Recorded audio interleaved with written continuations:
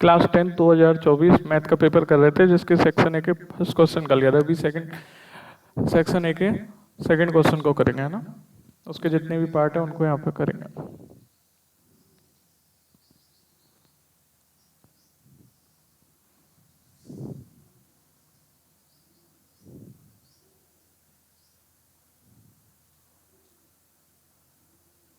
तो अपना क्वेश्चन है, समांतर श्रेणी दे रखी है -3 -½ 5/2 डॉट डॉट डॉट। ठीक है, एपी दे रखी है। ठीक है, तो एपी का ये जो पद होता है पहले वाला है, इसको बोलते हैं प्रथम पद -3। ठीक है, तो अपने को 11वां पद बताना है। 11वां पद मतलब A11 बताना है। A11 क्या है, क्वेश्चन में किसी भी एपी का कोई भी नंबर का पद, मतलब जैसे पहला पद कौन हुआ, ये वाला, दूसरा पद ये हुआ, ये तीसरा पद, ऐसे 11वें नंबर पे आने वाला पद निकालना है। तो ए में क्या करना होता है, डी जोड़ना होता है। ये ध्यान रखो, ए में डी जोड़ना है। तो डी में किसी को जोड़ने से पहले गुना करना पड़ता है। तो 11 से एक कम जो भी है उससे एक कम से गुना करना पड़ता है। ठीक है, a + 10d निकाल। तो अपने को A11 के लिए a और d चाहिए। जैसे nवें नंबर का पद का आप फॉर्मूला याद रखते होंगे, उसमें भी यही होता है, a में d जोड़ना होता है। लेकिन जोड़ने से पहले n से इससे एक कम, n से एक कम से गुना करना होता है। ठीक है, ऐसे ही सिमिलरली तो a और d चाहिए तभी अपन A11 बता पाएंगे। तो a तो अपने को पता चल गया। d क्या होता है, d होता है समांतर श्रेणी का सारवंतर। सारवंतर होता है किन्हीं भी पास पास के दो नंबरों का घटाव या अंतर। और जिसमें अंतर कैसे निकालते हैं, बाद वाले में से पहला वाला घटाता है। तो -½ में से मैं घटाऊंगा, किसको घटाऊंगा, -3 को। तो कितना हो जाएगा, -½ माइनस माइनस प्लस हो जाएंगे 3। 2 3 6, 6 में से एक गए तो 5, अंश में कितना बचा 5, नीचे कितना बचा 2। तो वैल्यू डी भी आ गया। डी कितना है एसएपी का, 5/2। ठीक है, और ये है, ये वैल्यू रख दो। ए कितना है, -3 प्लस -3 प्लस 10 इंटू डी की वैल्यू रख दो 5/2। ठीक है, -3 प्लस 2 से 10 कट जाएंगे 5 बार, 5 को 5 से गुना करेंगे 25, 25 में से 3 गए तो 22। ये अपना 11वें नंबर का पद आ गया एसएपी का। कितना है, 22। ठीक है, next question is cos square 60 - sin square 60 की वैल्यू निकालनी है। ठीक है, चूंकि cos स्क्वायर 60 - sin स्क्वायर 60 की वैल्यू फाइंड आउट करनी है अपने को। तो cos 60 होता है कितना है, उसका वर्ग करना है। cos 60 होता है 1/2, है ना। cos 60 होता है 1/2। उसका क्या करना है, वर्ग।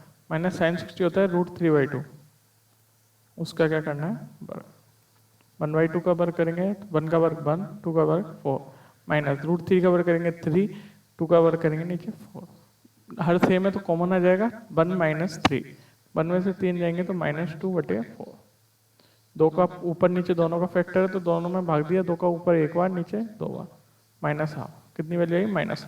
एक चीज देखना, मैंने यहाँ पे ये वाले साइन लगा दिए। ये वाले साइन जब लगाते हैं, ओनली इम्प्लाइज के सिंबल होते हैं जब अपने को इक्वेशन चल रही होती है। अपने को तो वैल्यू फाइंड आउट कर रहे हैं, इक्वेशन थोड़ी। इक्वेशन वो चीज होती है ना, बराबर का साइन चला आ रहा हो, तो अपन यहाँ पे ये नहीं लगाएंगे ना, इक्वल का साइन लगाएंगे। तो ठीक है, ऐसे क्वेश्चनों में।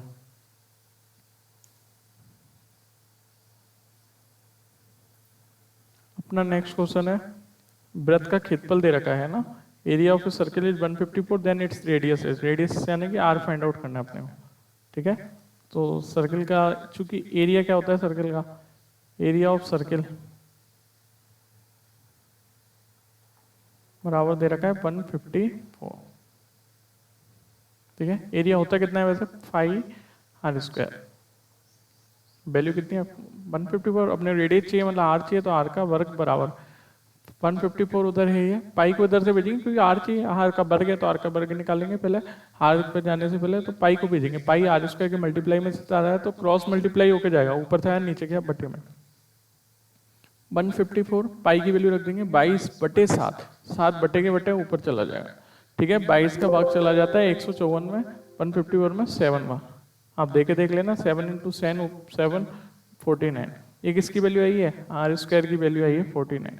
तो r कौन सा नंबर हो गया, r वो नंबर है जिसका वर्ग करते हो तो 49 आता है। तो r क्या है, 7 सेंटीमीटर। ठीक है, यहाँ सेंटीमीटर स्क्वायर मात्रक चल रहा था, तो रेडियस एक लंबाई होती है तो उसका मात्रक क्या आएगा, सेंटीमीटर। और आई कितनी है, 7।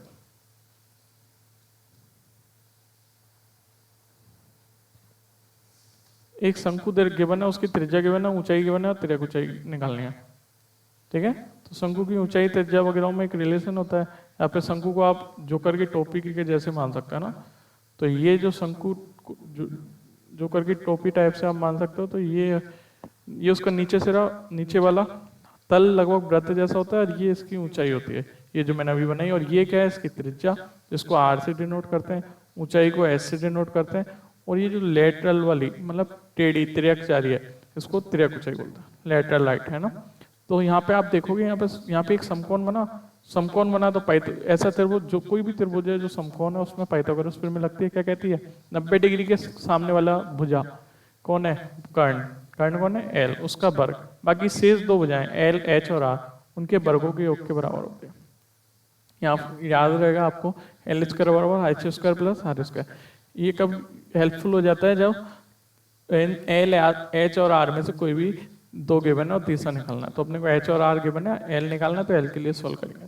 एल स्क्वायर बराबर एच का वर्ग, एच कितना है, ऊंचाई, ऊंचाई कितनी है 8, उसका वर्ग, आर कितना है, त्रिज्या 6, उसका वर्ग, 8 का वर्ग 64, वर्ग का मीनिंग होता है 8 को 8 से गुना करने 2 बार, 6 को 6 से गुना करने 2 बार 36, कितना है 100। और ये किसकी वैल्यू है, एलएचएस में क्या चल रहा है, एल स्क्वायर, एल वो नंबर है जिसका वर्ग करते हो तो 100 आता है, तो एल कितना हो गया 10।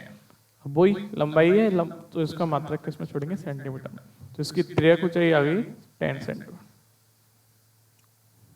3 माध्यक बराबर 2 माध्य प्लस बहुलक, एक फॉर्मूला होता ही है, ठीक है, क्या होता है, 3 मीडियन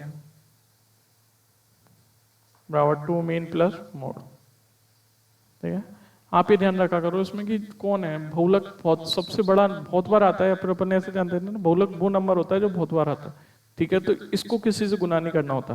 ठीक है, बहुत बार आ रहा है तो गुना करने की जरूरत है ही नहीं, बड़ा ही है पहले से। तो आप ये ध्यान रखा करो, इन तीनों में जो भी रिलेशन होता है उसमें बहुलक को किसी से गुना नहीं करते, यानी मोड को किसी से गुना नहीं होता, मीन को 2 से गुना करके आता है, माध्य का अलग से आती है ना बाहर से।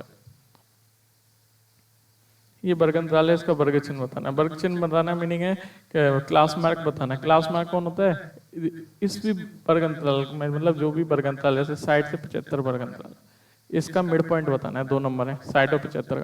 तो इन दोनों को जोड़ दो, किन्हीं भी वर्ग अंतराल मिड पॉइंट निकालने का कैसे निकालते हैं, किन्हीं भी 2 नंबरों को, उन दोनों को जोड़ दो और 2 का भाग दे दो, तो मिड पॉइंट आ जाता है। कोई भी 2 नंबर है उनको जोड़ोगे और 2 का भाग दोगे तो मिड पॉइंट आ जाएगा ना, 135/2। 2 का भाग देंगे, यहाँ पे भी छोड़ सकते हैं ना, 2 छकी 12, 1 बचा 15 हो गया, 2 सत्ते 14.5। ठीक है, तो ये आ गया इसका वर्ग चिन्ह।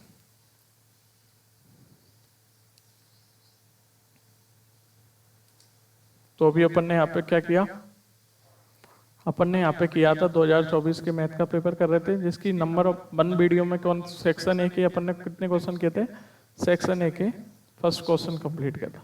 अब यहाँ पे सेकंड नंबर ऑफ वीडियो में अपन ने सेक्शन ए की सेकंड क्वेश्चन किया है, उसके 5 पार्ट थे, 5 पार्ट करें। एक क्वेश्चन और रहेगा ना, ये वाला, एक पासे को उछाले आने पे 6 से बड़ा अंक आने की प्रायिकता बतानी है। 6 से बड़ा अंक आने की प्रायिकता का मीनिंग क्या होता है, संभावना। प्रायिकता का मीनिंग क्या होता है, संभावना। ठीक है, संभावना का गणितीय मानी प्रायिकता होती है। तो अपने को बताना है, पासा उछालते तो कोई भी जनरल जो पासा होता है उसमें 6 साइड होती है, क्यूब जैसा होता है, जिसके हर साइड पे 1 2 3 4 5 6 डिनोटेड रहता है ना, अंकित रहता है। तो इसके अलावा कोई और अंक आ सकता है क्या पासा फेंकने पे, नहीं आ सकता। तो वो क्या कह रहा है, 6 से बड़ा कोई अंक आएगा क्या, नहीं आएगा। तो 6 से बड़े अंक आने की कोई भी संभावना नहीं आने की, प्रायिकता कुछ भी नहीं आने की 0 है। प्रायिकता का मान किसी भी घटना की ऑलवेज 0 है, 0 से बड़ा होता है और 1 से छोटा है। ठीक है, तो अभी अपने ये सारे क्वेश्चन हो गए।